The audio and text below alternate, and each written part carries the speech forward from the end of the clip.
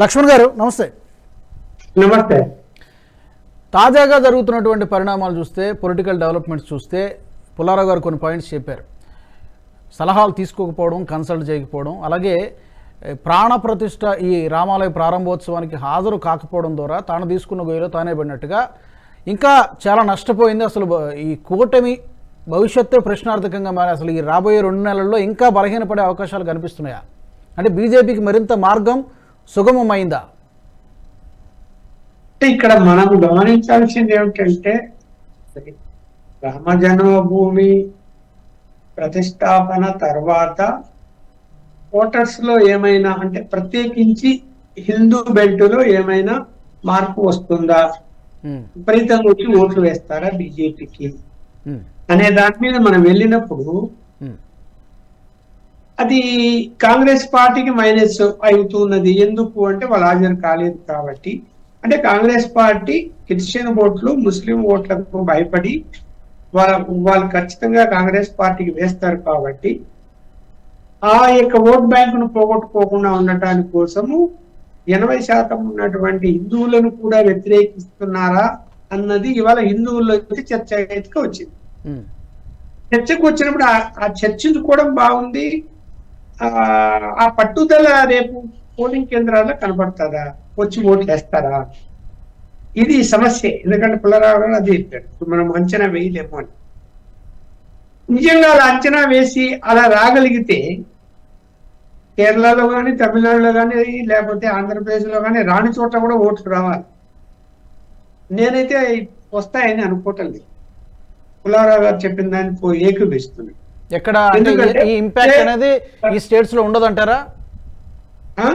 ఈ ఇంపాక్ట్ అనేది ఈ స్టేట్స్ లో ఉండదంటారా? ఈ వేవ్ అనేది ఉండే అవకాశం ఏం లేదు. ఇప్పుడు ఒక సీట్ వస్తే తమిళనాడులో గొప్ప, కేరళలో ఒక సీట్ ఇంకోటి వస్తే గొప్ప, ఒరిస్సాలో అంటే నిలబెట్టుకుంటారు, ఇంకా 1-2 ఎక్కువ వచ్చే అవకాశం. ఎందుకంటే నవీన్ పట్నాయక్ పార్లమెంటు సంబంధించి బీజేపీ వాళ్ళకి ఎక్కువ సీట్లు వచ్చినా ఆయన డస్ నాట్ బాదర్.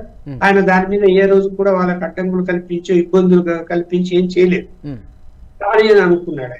ఎందుకు? సహకారం ఉంది కాబట్టి, ఇద్దరి మధ్య మంచి అండర్స్టాండింగ్ ఉంది కాబట్టి.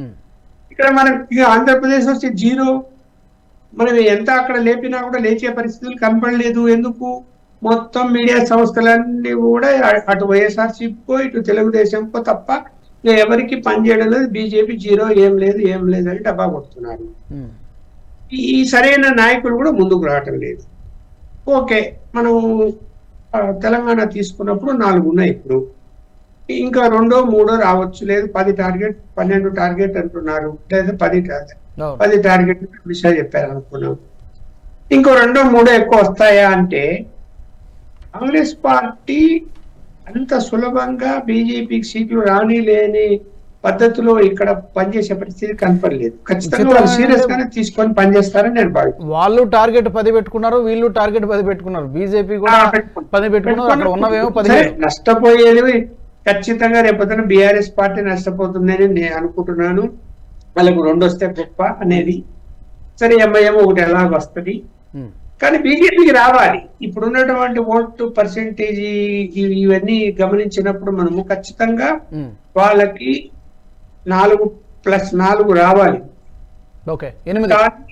వాళ్ళు కూడా ఇప్పుడు అసెంబ్లీ ఎన్నికల్లో ఏదైతే తప్పుడడుగులు వేశారో, మళ్ళీ ఇప్పుడు కూడా పార్లమెంట్ ఎన్నికల్లో కూడా తప్పటడుగులు వేస్తే బీజేపీ, అంటే అభ్యర్థుల నిర్ణయములు జాప్యం చేయటము, తర్వాత సంబంధం లేని, అసలు నియోజకవర్గానికి సంబంధమే లేని ఇంకొక అభ్యర్థిని తీసుకొచ్చి అక్కడ పోటీ చేయించటము, తర్వాత అయ్యారాం గయారాములు ఎన్నికల ముందు వెళ్ళిపోవటము, ఇవన్నీ కూడా బేరీజ్ వేసుకుని ఉన్నప్పుడు ముందు జాగ్రత్తగా ఏమైనా చర్యలు తీసుకోగలిగి, అంటే స్ట్రాటజీని రూపొందించుకోగలిగితే వచ్చే అవకాశం ఉంటుంది. అంటే 4 కష్టమవుతుంది, నో డౌట్. ఇక్కడ లక్ష్మణ్ గారికి నిమిషం చెప్పండి. రాజు గారు మాట్లాడవచ్చా? లక్ష్మణ్ గారు, మెయిన్ థింగ్ మీ దృష్టికి వచ్చే ఉంటది. తెలంగాణలో, ఆంధ్రాలో బీజేపీ ఏంటంటే 30 సంవత్సరాలు బట్టి ఎవరైతే నాయకులు ఉన్నారో వాళ్ళే ఉన్నారు. కొత్త వాళ్ళు వస్తే పనిచేస్తారు. అసహ్యంగా చెప్తున్నా. నేను అనుకుంటున్నా నరేంద్ర మోడీ గారు, అమిత్ షాకి బాగా తెలుసు. ఎందుకంటే వాళ్ళ దగ్గరికి మీడియా ఢిల్లీలో వెళ్ళినప్పుడు అమిత్ షా గారి రిమార్క్స్ ఇవన్నీ తెలుసు. చాలా వాళ్ళు చాలా ఫాస్ట్ థింకర్స్. అమిత్ షా ఒక ఒక బ్రిలియంట్ బ్రెయిన్. ఆయన చేసే పనులని నేనేం ఒప్పుకోవట్లేదు, కానీ బ్రిలియంట్ బ్రెయిన్ అయింది. ఆయన రిమార్క్స్ తెలుగు మీడియాను కలిసినప్పుడు ఎంత డీప్ నాలెడ్జ్ ఉన్నదంటే తెలుసు ఆయన. ఒకనప్పుడు లాస్ట్ టైం 2019లో ఛత్తీస్గఢ్లో మొత్తం 13 ఎంపీలు మార్చేశారు, గవర్నమెంట్ పోయింది. ఎస్, అప్పుడు 10 మంది గెలిచారు మొత్తం, ఇన్క్లూడింగ్ రమణ్ సింగ్ కొడుకు, ఇన్క్లూడింగ్ రమేష్ బేస్. 8-9 టర్ముల ఎంపీ ఓడిపోయిన మనిషిని కూడా తీసేశారు. అందువల్ల ఏమైనా చేస్తారా అలాంటి పని? అలాంటి సర్జరీ చేస్తారా, వదిలేస్తారా అంటే చేయొచ్చు, కానీ ఇప్పుడు రిలాక్స్ అయిపోయారు. బీహార్ తర్వాత రిలాక్స్ అయిపోయారు అనుకున్నా, కానీ 1 minute ఓన్లీ వచ్చిన వాళ్ళు అందరూ వెళ్ళిపోయారు కదా ఫాలోవర్స్. అలా ఉంచుకోలేకపోయారు తెలంగాణలో, అలా రిటైన్ చేసుకోలేకపోయారు. ఎందుకంటే అలాగే పదవులు ఇవ్వలేదు, రాజ్యసభ ఇవ్వలేదు. కేరళలో 5గురికి ఇచ్చారు బయట వాళ్ళు వచ్చిన వాళ్ళకి, ఇక్కడ ఒక్కడికి ఇవ్వలేదు. ఎలా ఉంటారు అంటే నువ్వు ఎలక్షన్ పోటీ చేసి గెలిస్తే నీకు ఇస్తామంటే ఎలాగ ఎవడు ఉంటారు? పెద్ద పెద్ద మ్యాగ్నెట్స్ వచ్చారు, మీడియా మ్యాగ్నెట్స్ వచ్చే వాళ్ళకి ఏం సెటిల్ చేయలేదు.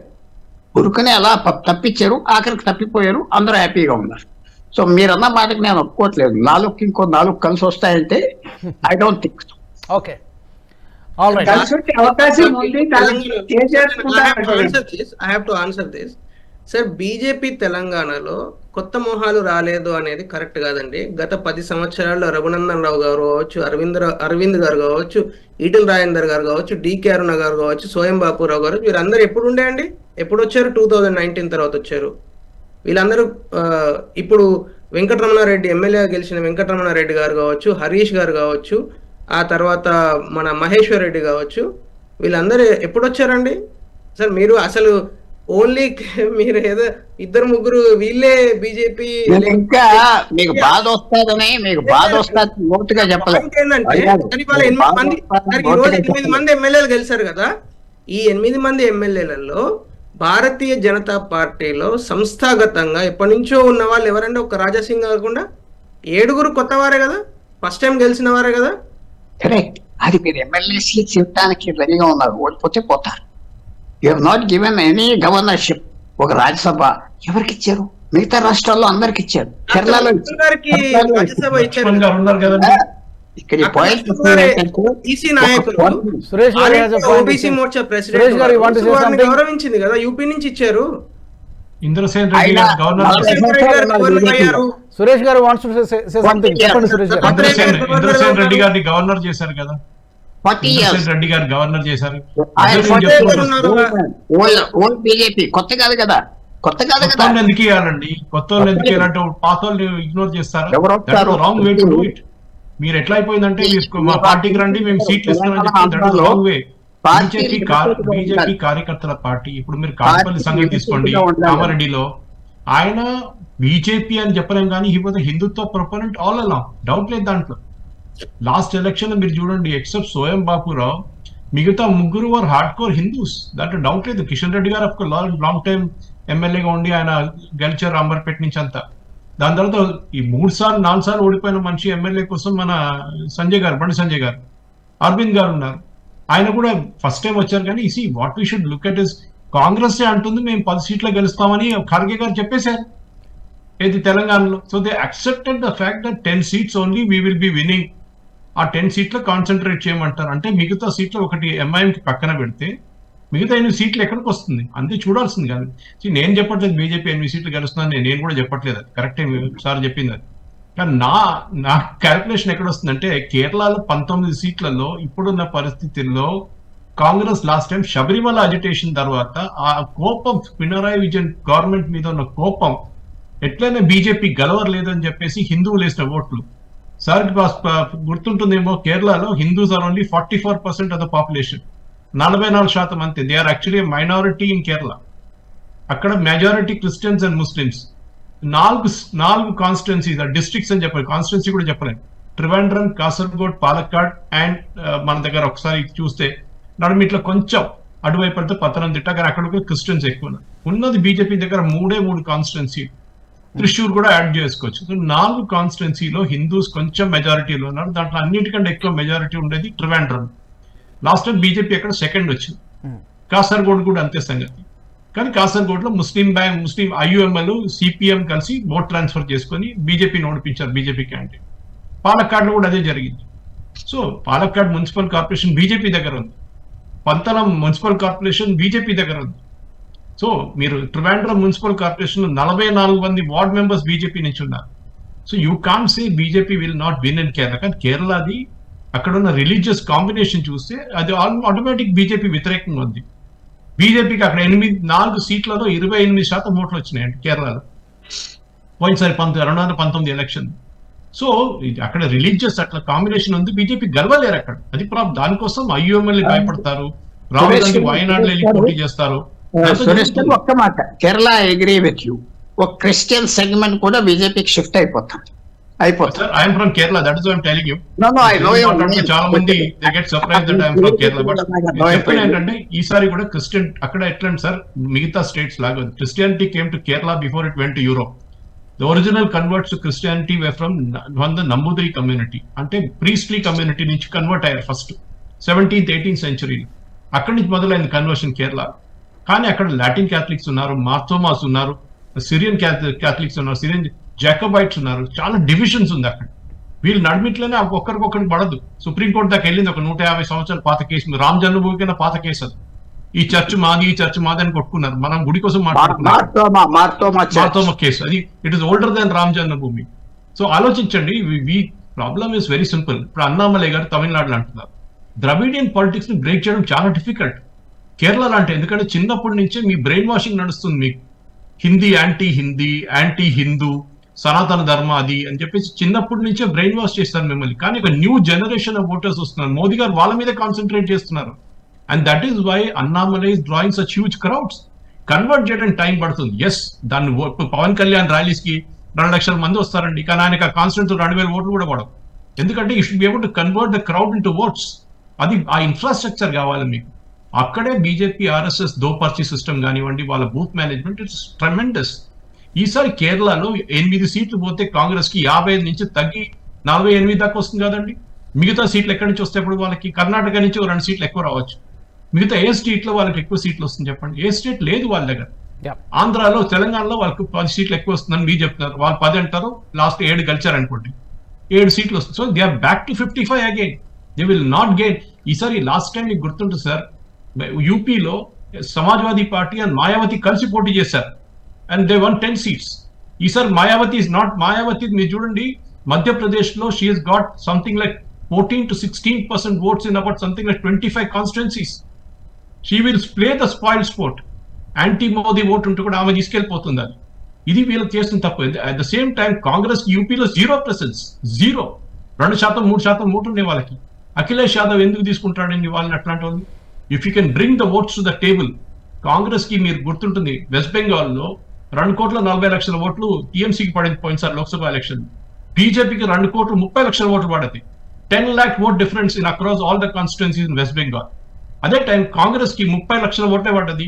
కమ్యూనిస్ట్ వాళ్ళకేమో కాంగ్రెస్ 30,00,000, వాళ్ళకి 32,00,000. కలిపితే కూడా 60,00,000 ఓట్లు లేదండి. So why will Mamata Banerjee respect them? They will not respect you.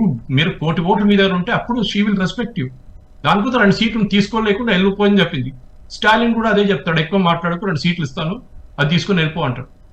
The problem is Congress కి ఆన్ దర్ ఓన్ 1984 తర్వాత they are never got a majority on their own. అది వాళ్ళు మర్చిపోకూడదు. ఓకే, అమర్నాథ్ గారు, హైలైట్ వన్ పాయింట్.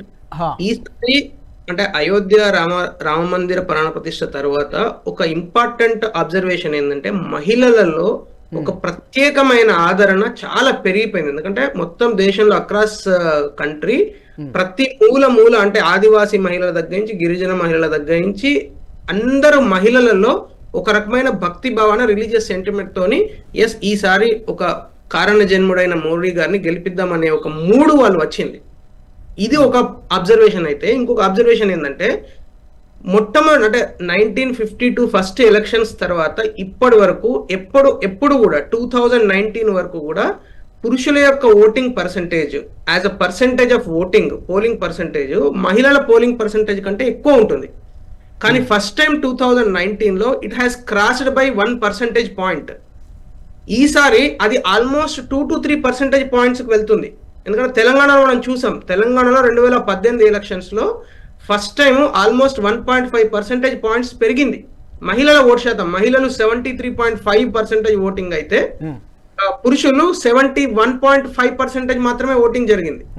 సో ఇవన్నీ ఇదంతా ఏంటంటే మహిళల యొక్క ఆదరణ, మహిళల యొక్క consolidation with the technology, social media కానీ టెక్నాలజీ కానీ రీల్స్ కానీ ఇట్లాంటివన్నీ పెరిగిన తర్వాత వాళ్ళు కూడా ఇన్ఫర్మేషన్ కన్సంప్షన్ విపరీతంగా చేస్తున్నారు. కాబట్టి ఎక్కడ గిరిజన ప్రాంతాలలో, ఆదివాసీ ప్రాంతాలలో, దళిత వాడలలో ఉండే మహిళలు కూడా వాళ్ళు చాలా ఈజీగా ఇన్ఫర్మేషన్ కన్జ్యూమ్ చేసుకుంటున్నారు. కాబట్టి ఈ రోజు నేను ఖచ్చితంగా ఒక విషయం చెప్పగలుగుతాను, ఈసారి మహిళల యొక్క ఓటు పర్సెంటేజ్ పెరుగుతుంది, మోడీపై వారికి ఉన్న గౌరవం పెరిగింది, చాలా పరపతి పెరిగింది.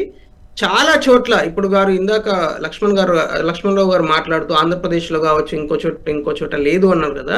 నేను ఒక ఎగ్జాంపుల్ చెప్తానండి. అసెంబ్లీ ఎన్నికలలో 20,000, 25,000 అంటే అసెంబ్లీ 7 అసెంబ్లీ, తెలంగాణ ఎగ్జాంపుల్ తీసుకుంటే 2018లో 7 అసెంబ్లీ సెగ్మెంట్లు కలిపి 20,000 కూడా రాని చోట్ల 1,00,000 ఓట్లు వచ్చినాయండి. 2019లో అనామకుడు క్యాండిడేట్లు పెట్టినా కూడా, అంటే పెద్ద పాపులర్ క్యాండిడేట్లు లేని చోట కూడా, ఐఎమ్ నాట్ సేయింగ్ ఏదో చాలా పాపులర్ క్యాండిడేట్ అండి.